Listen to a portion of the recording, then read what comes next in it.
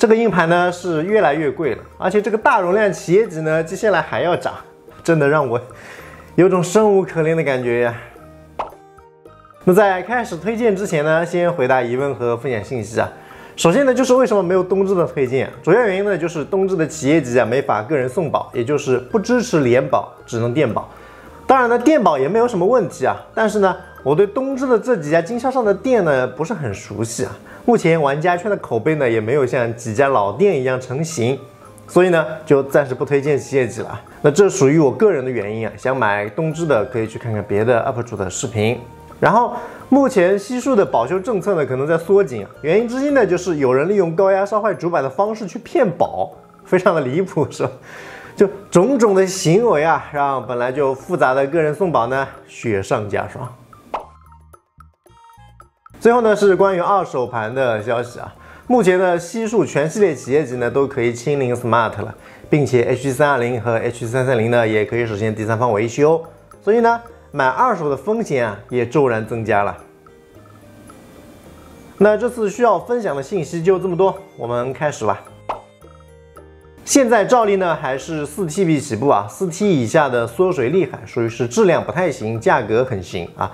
4T 最推荐的呢还是希捷的酷鹰啊，分别是国行版的 ST4000VX016 和海康定制版的 ST4000VX015。本来呢国行有超值的数据恢复版本，但是希捷无声无息的砍掉了啊，真的是非常的无语，性价比啊直接就掉下去了。好在国行相比去年双十一的价格呢还降了啊，了胜于无吧。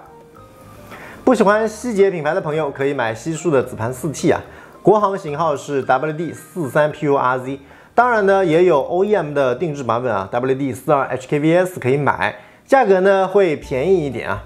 另一个定制版本 WD42PURU 啊，目前在售的版本呢都是5040转的啊，虽然性能相差不大吧，但是价格差不多啊，所以就没有必要，除非价格能降下来。当然，西数这个紫盘 4T 啊，格式化的时候需要 Trim 功能，可以台式机格式化之后呢，再装到硬盘盒上用。但是呢，只有笔记本的用户啊，以及老的监控机用户就别买了啊，到时候也用不了。8T 开始呢，就都是老朋友了。希捷的银河718T 从性能和噪音来讲，都是相比 HC320 更加优秀的。尤其是噪音方面啊，虽然无法和上面的酷鹰 4T 相比，但是已经是企业级中噪音最小的那一档了。喜欢西数的朋友啊，可以买 HC320， 这款呢比较老了，但是胜在价格便宜。由于运行的时候呢会发出类似炒豆子的声音啊，所以对噪音敏感的用户呢就谨慎购买。不过好消息是，西数目前的企业级空气盘呢要更新了啊，新的型号已经出来了。不过什么时候上架销售啊，暂时还不知道。当然呢，刚开始的时候呢，价格肯定很离谱啊，所以呢 ，HC320 啊还要撑一段时间。这两款呢也有 OEM 版本可以买，不过没有便宜多少，100块钱换2年质保，我个人觉得蛮鸡肋的啊，大家自己看着办吧。10T 容量的两款盘，我年初的时候已经测试了，除了比较热，其他没有什么问题。机箱里面呢有风扇的可以买，但是如果用硬盘盒，建议打开硬盘盒的盖子啊，用风扇对着吹使用，温度呢尽量保持在40度，不要超过45度。这两款目前肯定是没有国行版本推荐的啊，国行除了副歌，没有人会去买。好在价格几乎和8T 一样啊，如果能接受散热不太好这个缺点的话，那性价比就非常高了。然后就直接是16T 了。希捷这边呢还是 X18 系列的老朋友，不过他显然呢不是很想跟我们做朋友啊，价格已经来到了2000价位了。我是真的确认了好几次价格啊，真的是生怕看错了，可惜这次我很认真啊，没有看错。西数这边也差不多啊 ，HC550 16T 的国行价格呢也来到了1700多，相比希捷银河呢还是便宜了200块钱，适合呢对于噪音不敏感的或者和我一样啊，机器呢放在机房的用户。银河的 OEM 版本啊，相比国行便宜200多，但是呢 HC550 的 OEM 版本啊，优惠就没有这么大了啊。相比来讲呢，还是国行更加划算一点。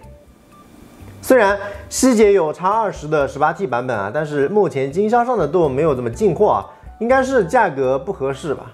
所以呢，现在还是 X18 系列的 18T 在卖，价格呢也来到了2200多啊。相比之下，便宜200多的 OEM 版本啊，看起来会更香一点。HC550 18T 的国行呢也来到了2000出头的价位，如果你能够接受噪音的话，也可以选它。目前20T 的希捷和希数都有产品可以选，是一个成熟的容量了，就不过多介绍了。22TB 呢，则是只有希数的 HC570一个选择，好在价格比较合理，没有刚出来的时候那种震撼心灵的感觉。而希捷的企业级呢，则是跳过了22T直接来到了24T。不过呢，目前价格依然是震撼心灵的阶段估计呢还要等一段时间，价格才会下来吧。好，那么今年618的机芯盘推荐到这里就结束了。总的来讲，和去年双11没有什么区别，只是价格更贵了一点。不过呢，我还是那句话，什么时候用就什么时候买，可以等呢就别买，认清需求，理性消费。那我们下期再见了，拜拜。